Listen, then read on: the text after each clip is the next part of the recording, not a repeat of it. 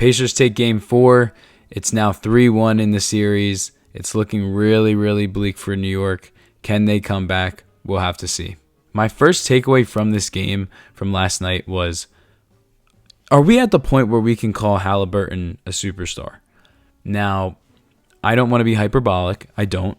But this guy's one game away from playing in the NBA Finals, and he is one of the major reasons why this Pacers team is where they are at over the last couple years and where they are at specifically right now.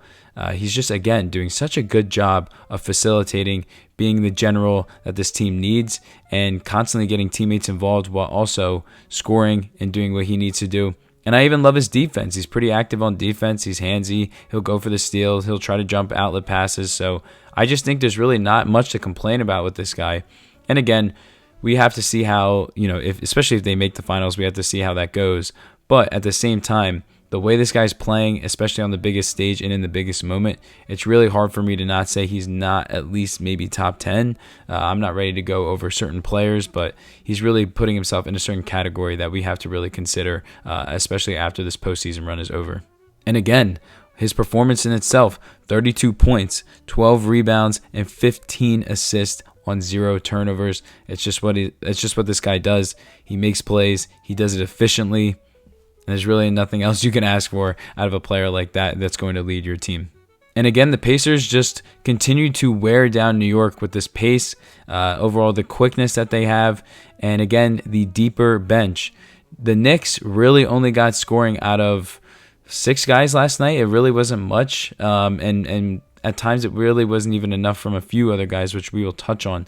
But I just think that, the Knicks are getting killed by how deep the bench is for Indiana, and really just the fact that their weaknesses are defensively, and that directly benefits Indiana with both the pace and just overall attacking multiple of their stars. It's just really looking rough for how New York is going to try to come back in this series, if it's even doable at all, just because they're going to need to play both offense and defense at such a high level, and I just really don't see that happening moving forward. The question that I have moving forward, and I heard this on the Bill Simmons podcast, so I'll give him credit.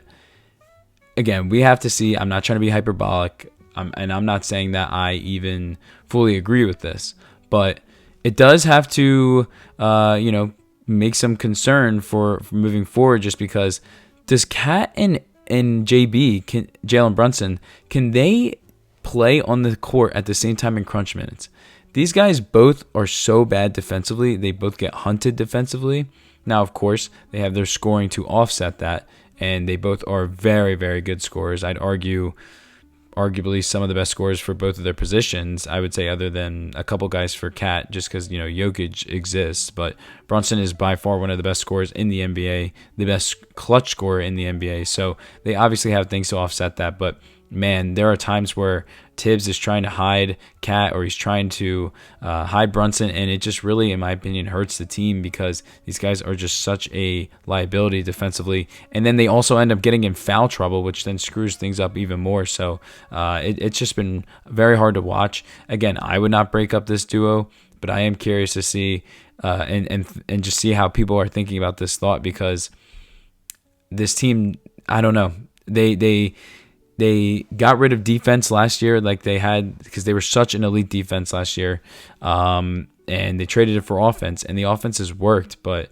when the offense isn't coming up big in some of these tough playoff games, they don't have that defense to rely on anymore. Also, some of the scoring for New York down the stretch, I just didn't like, specifically really the scheming of plays.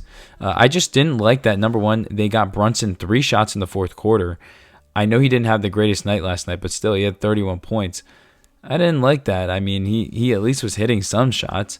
And to build off that, they were getting a ton of plays schemed up for Bridges, who has struggled the entire series and struggled again last night. He shot 6 for 15 and only had 17 points. He at least hit a couple threes, but other than that, this guy isn't doing a single thing. And I just don't understand why the Knicks were so in a rush to get this guy involved. I'm not saying that you shouldn't get him involved, but down the stretch, I want Cat or JB taking those shots. That's just me.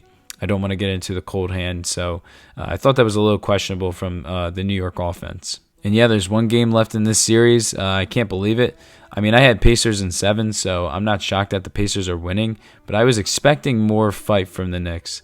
And again, I've said this prior just to people I've talked to in general, that game 1 is going to haunt the shit out of this team, because right now, again, it would just be 2-2 heading back to New York. I'd have a completely different feel about this series. It would probably be one of those series where it's just like it's wide open, similar to maybe Denver and OKC that we had a couple weeks ago. But it's just, I don't know. It's 3-1 now. You're going to New York. It's going to be tough. And even if you win that game, you have to come back to Indiana, win that game, and then you got to go back to New York and win that game. And you got to go back to MSG, where you have not won a lot of playoff games this year. So New York is just in a tough spot. Curious to see how they bounce back if they do. But man, I just wasn't expecting the Pacers to potentially get this team out of here in 5 games. So I have to give a ton of credit to where the Pacers are at right now. But I am very curious to see for Game 5, it's really, can the Pacers keep the intensity going, and can the Knicks actually show me something defensively? But yeah, that's all I got for you guys on this one. If you liked the video, feel free to give it a like. If you have any thoughts down below on the series, please comment them. And if you like my type of content, feel free to subscribe. And I will see you guys on the next one. Peace, guys.